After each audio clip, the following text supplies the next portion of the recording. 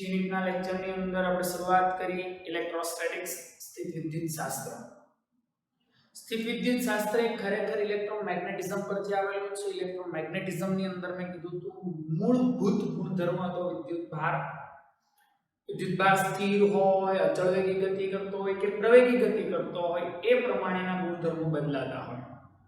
Okay, બીજી વસ્તુ વિદ્યુતભારના કેટલાક બેઝિક ગુણધર્મોની આપણે વાત કરી હતી. દળના સંદર્ભમાં કઈ રીતે ચેન્જીસ થાય એની વાત કરી હતી. જો તમે એ વિડિયો નથી જોયો તો ફરીથી એક વખત જોઈ લો, કારણ કે આજે આપણે એમાં જ હજુ ગુણધર્મોમાં થોડીક બાબતો બાકી છે, તેમાં આપણે આગળ વધીએ. મિત્રો, વિદ્યુતભારના ગુણધર્મોની અંદર હવે આપણે સમજવા છે વિદ્યુતભારના એકમો. ચાલો વિદ્યુતભારના એકમો સમજવા છે. ઓકે, ચાલો વિદ્યુતભારનો એસઆઈ એકમ, એમકેએસ એકમ. પહેલું જ વિદ્યુતભારનો એમકેએસ અથવા એસઆઈ એકમ મિત્રો એમ્પિયર ઇન્ટુ સેકન્ડ અથવા કુલમ. આ તો મેં તમને થિયરીમાં કરાવ્યું. એમ્પિયર ઇન્ટુ સેકન્ડ અથવા કુલમ. જો આના પારિમાણિક સૂત્રની વાત કરતા હોવ તો m0 l0 t1 a1 અને q ના પદમાં લખવું હોય તો m0 l0 t0 q1. Okay, આ એસઆઈ એકમ છે એમ્પિયર ઇન્ટુ સેકન્ડ અથવા કુલમ. એમ્પિયર ઇન્ટુ સેકન્ડ કઈ રીતે આવ્યું તો q બરાબર i ઇન્ટુ t, પ્રવાહ ગુણ્યા સમય. Okay fine. હવે બીજી વસ્તુ સમજો. ઘણી વખત વ્યવહારમાં એકમ વપરાય છે એમ્પિયર ઇન્ટુ અવર. એમ્પિયર ગુણ્યા કલાક. તો યાદ રાખજો મિત્રો 3600 કુલમ થાય. એ તો તમને સમજાય વાત છે કે શું કામ આ 3600 કુલમ થાય. બોલો, કલાક લઈ લીધા મેં સેકન્ડની જગ્યાએ. 1 કલાક એટલે કેટલી second? 3600. That's why ampere into hour એટલે 3600 કલાક. આ સિવાય બીજો એકમ વપરાય છે દોસ્તો ફેરાડે. અને યાદ રાખો 1 ફેરાડ એટલે 96500 કુલમ. આ તો તમારે કેમિસ્ટ્રીની અંદર પણ આવશે. 1 ફેરાડ એટલે 96500 કુલમ. એટલે આ જે બેઝિક વસ્તુ છે તમને ખબર હોવી જોઈએ. ચાલો હવે હું સીજીએસ એકમની વાત કરું કે મિત્રો વિદ્યુતભારના સીજીએસ એકમની વાત કરીએ. ચાલો સીજીએસ એકમ. આ તો એસઆઈ હતા, એમકેએસ એકમ હતા. તો વિદ્યુતભારનો સીજીએસ એકમ છે સ્ટેટ કુલમ. શું છે? State coulomb. State coulomb. આનું જ બીજું નામ છે દોસ્તો ફ્રેન્કલિન. શું છે? ફ્રેન્કલિન, જેને સંજ્ઞામાં FR કહેવાય. અને એનું જ ત્રીજું નામ છે ESU, ઇલેક્ટ્રોસ્ટેટિક યુનિટ. ત્રણેયનો મીનિંગ સેમ જ થાય. સ્ટેટ કુલમ બોલો, ફ્રેન્કલિન બોલો કે ESU બોલો, ત્રણેયનો મીનિંગ સેમ જ થાય. પણ દોસ્તો યાદ રાખજો કે 1 કુલમ બરાબર 3 ગુણ્યા 10⁹ સ્ટેટ કુલમ. આ રિલેશન ભૂલાવવો જોઈએ નહીં.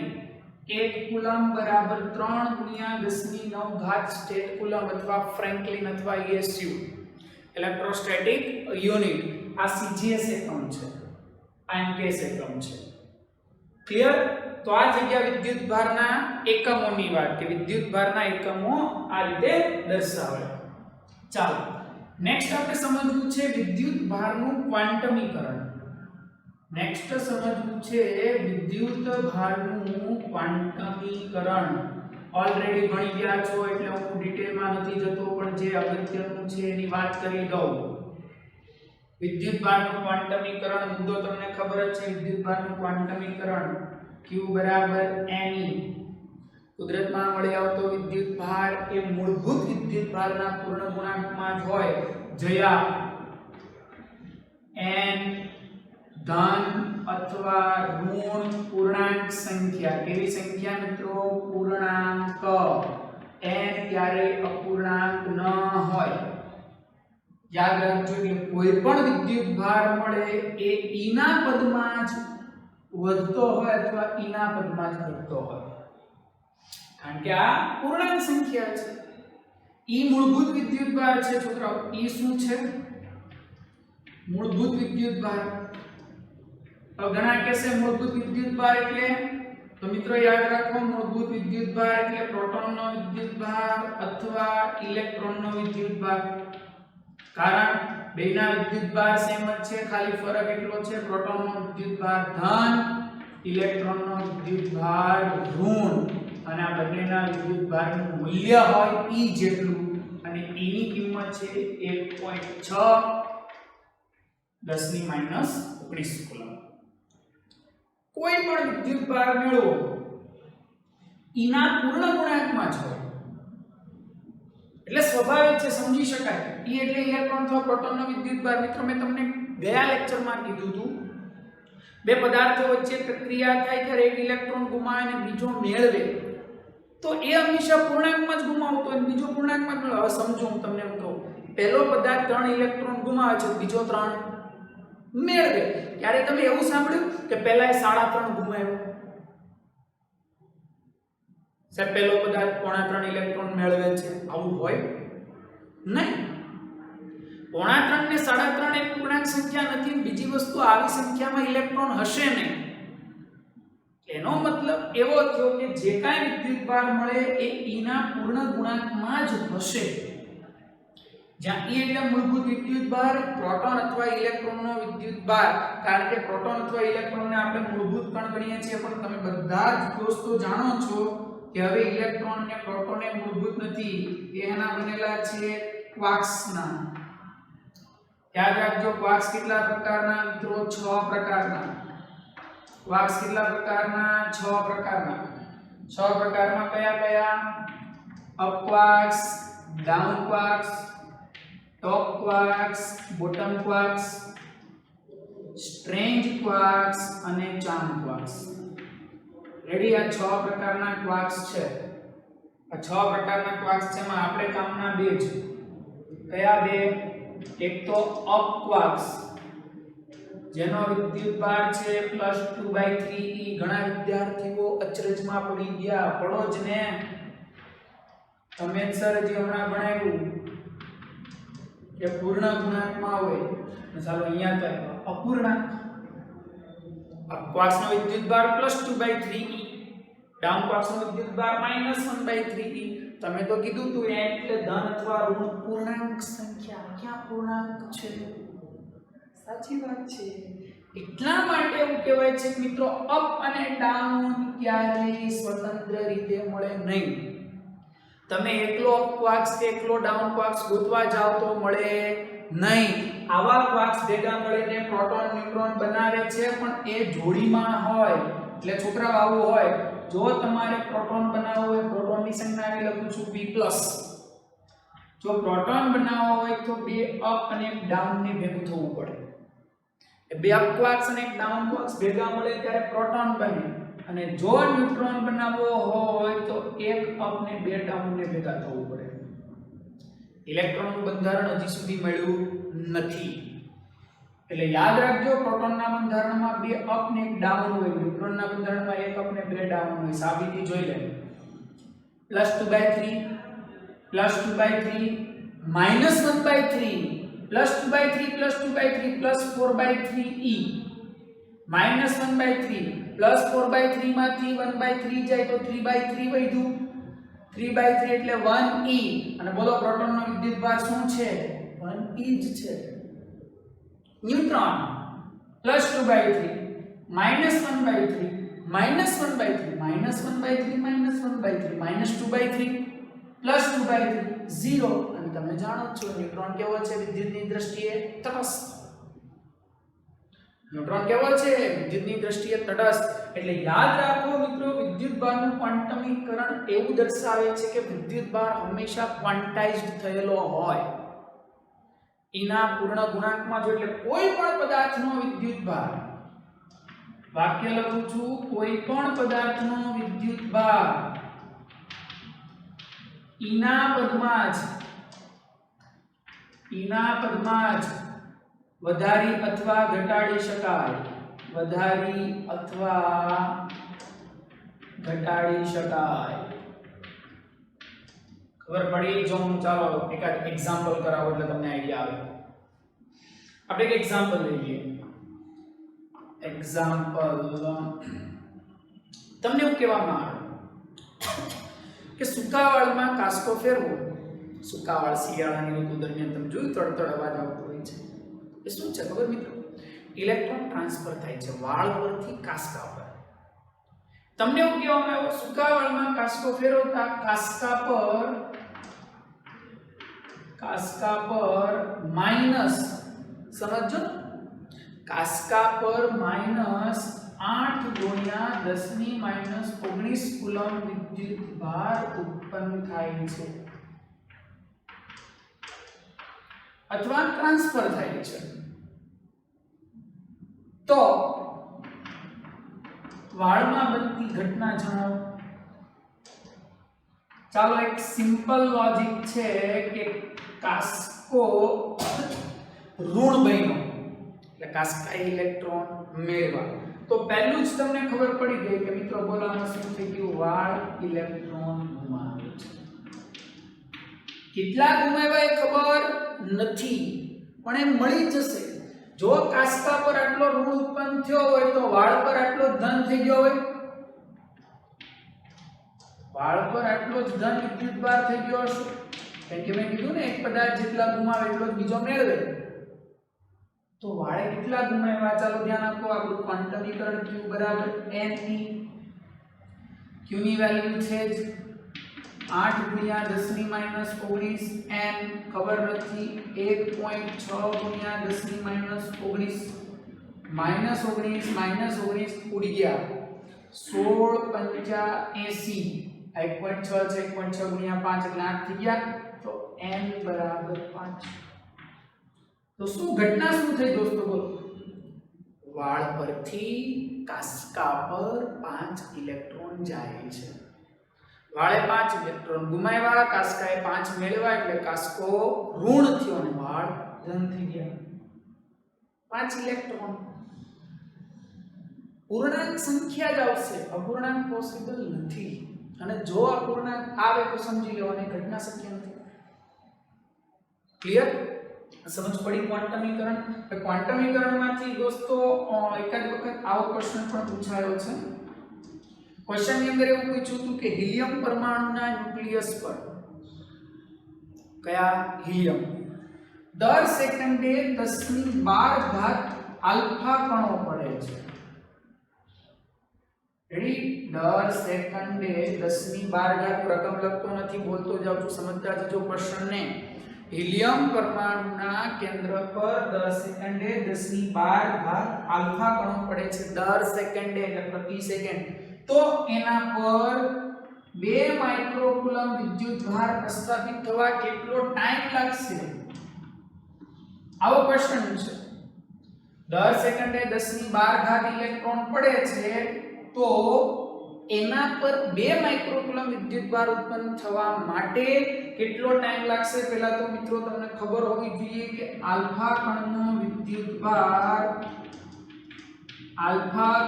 વિદ્યુતભાર છોકરાઓ +2e થાય કારણ કે આલ્ફાનું સ્ટ્રક્ચર હિલિયમ જેવું છે 2He4. ઓકે? આલ્ફાનું સ્ટ્રક્ચર હિલિયમ જેવું છે. 2 ઇલેક્ટ્રોન છે, 2 પ્રોટોન છે એટલે એનો વિદ્યુતભાર +2e છે. ન્યુક્લિયસ પહેલા ચોપડ કર્યો આલ્ફા હિલિયમ પરમાણુના ન્યુક્લિયસ પર. ઘણા પાછા વિચાર છે સર એ તો તટસ્થ ન થઈ ગયો. વાત સાચી છે દોસ્તારી. 2 પ્રોટોન 2 ઇલેક્ટ્રોન છે એટલે હિલિયમ તટસ્થ જ છે. બધા પરમાણુ તટસ્થ જ હોય કેમ કે એમાં ઇલેક્ટ્રોન અને પ્રોટોનની સંખ્યા કેવી હોય? સમાન. પણ અહીંયા +2 શું કામ લખું છું? કારણ કે મને ક્વેશ્ચનમાં સ્પેસિફાય કરી દીધું કે એના ન્યુક્લિયસ કેન્દ્ર કે કેન્દ્રમાં પ્રોટોન હોય, ન્યુટ્રોન એ હોય પણ ન્યુટ્રોન તો તટસ્થ એટલે એનો ચાર્જ કઈ ગણવાનો નથી. એટલે બોલો આલ્ફા હિલિયમના ન્યુક્લિયસમાં વિદ્યુતભાર એટલો +2e. આલ્ફા પર +2e થઈ ગયો કારણ કે હિલિયમ જેવું જ સ્ટ્રક્ચર આલ્ફાનું છે. તારે 2 માઇક્રોકુલમ ચાર્જ લાવવો છે. પહેલા એ ગણી લે કે 2 માઇક્રોકુલમ ચાર્જ લાવવા માટે કેટલા આલ્ફા કણ જોઈશે? 2 માઇક્રોકુલમ ચાર્જ લાવવા માટે કેટલા આલ્ફા કણ જોઈશે? ચાલો પહેલા ગણો q બરાબર n. મારે વિદ્યુતભાર લાવવો છે 2 માઇક્રોકુલમ n. વિદ્યુતભાર તરીકે લઈશું 2e. શું કામ 2e છોકરાઓ? શું કામ 2e? યસ, અહીંયા મૂળભૂત કણ તરીકે કોણ છે? આલ્ફા. આલ્ફાનો ચાર્જ શું છે? 2e. ઓકે, તો મને કેટલા આલ્ફા કણની જરૂર પડશે? જો એક આલ્ફા કણ જો તમને આ ન ખબર પડે તો તમે આ રીતે કરજો. એક આલ્ફા કણે 2e ઉત્પન્ન થાય તો કેટલા આલ્ફા કણે 2 માઇક્રોકુલમ થાય? કોઈને આમાં નથી સમજ પડતી તો હું એક ત્રિરાશિ શીખવાડું છું મિત્રો, સમજો. જો તમને આ ન સમજ પડે તો આવી રીતે જોજો કે જો એક આલ્ફા કણ ટ્રાન્સફર થાય તો 2e વિદ્યુતભાર ઉત્પન્ન થયો ગણે. તો મારે 2 માઇક્રોકુલમ ચાર્જ જોતો છે. કેટલો? 2. તો એના માટે કેટલા આલ્ફા કણ? 2e કુલમ 2 એક આલ્ફા કણ તો 2 માઇક્રોકુલમ એ કેટલો? 2e એ એક આલ્ફા તો 2 કેટલો? બોલ એટલે આવું થઈ ગયું 2 ગુણ્યા 10 ની માઈનસ 6 ગુણ્યા 1 1.6 ગુણ્યા 10 ની માઈનસ 19. 2 ગયા માઈનસ 19 ઉપર એટલે પ્લસ 19. 1 ભાગ્યા 1.6 એટલે 0.625 થાય મિત્રો. નોર્મલ કેલ્ક્યુલેશન યાદ રાખવાની. માઈનસ 19 ઉપર ગયા એટલે પ્લસ 19 એટલે 10 ની 13 ઘાત. તો મને આટલા આલ્ફા કણની જરૂર છે. 2 માઇક્રોકુલમ ઉત્પન્ન કરાવવા માટે મને આટલા આલ્ફા કણની જરૂર છે. હવે તું જો 1 સેકન્ડે કેટલા જાય છે? 10 ની 12 ઘાત. હું લખું 10 ની 12 ઘાત આલ્ફા કણ જવા માટે 1 સેકન્ડ લાગી. તો મને તો આટલા આલ્ફા કણ જોઈએ છે.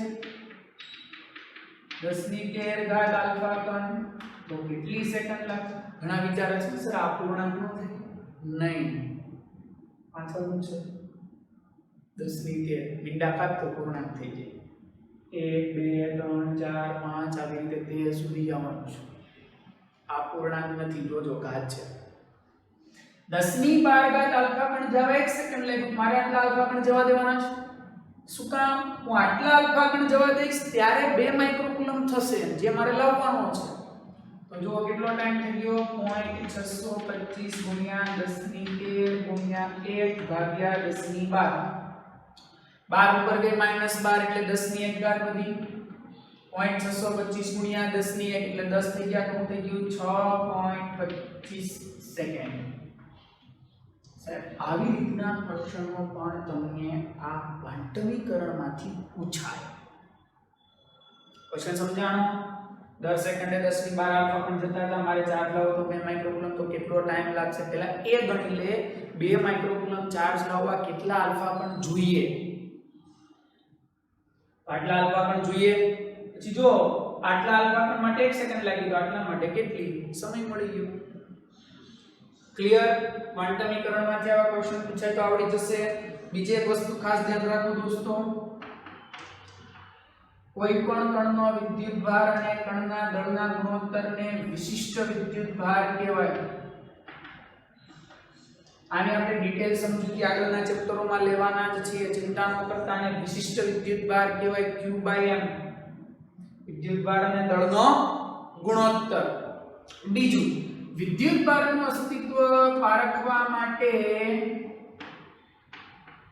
વિદ્યુતભારનો જથ્થો અથવા અસ્તિત્વ પારખવા માટે છોકરાઓ ગોલ્ડ લીફ ઇલેક્ટ્રોસ્કોપનો ઉપયોગ થાય. જે આપણે થિયરીમાં ભણી ગયા. પેલી બોટલ હતી એમાંથી એક ધાતુનો સળિયો, નીચે સોનાનું પાન, ઉપર એક ધાતુનો ગોળો, વસ્તુ નજીક લઈ જાઓ ધનભારિત થાય. નીચે સોનાનું પાન ધનભારિત થાય. બે ધન વચ્ચે અપાકર્ષણ એટલે ખુલશે. સમજ પડી?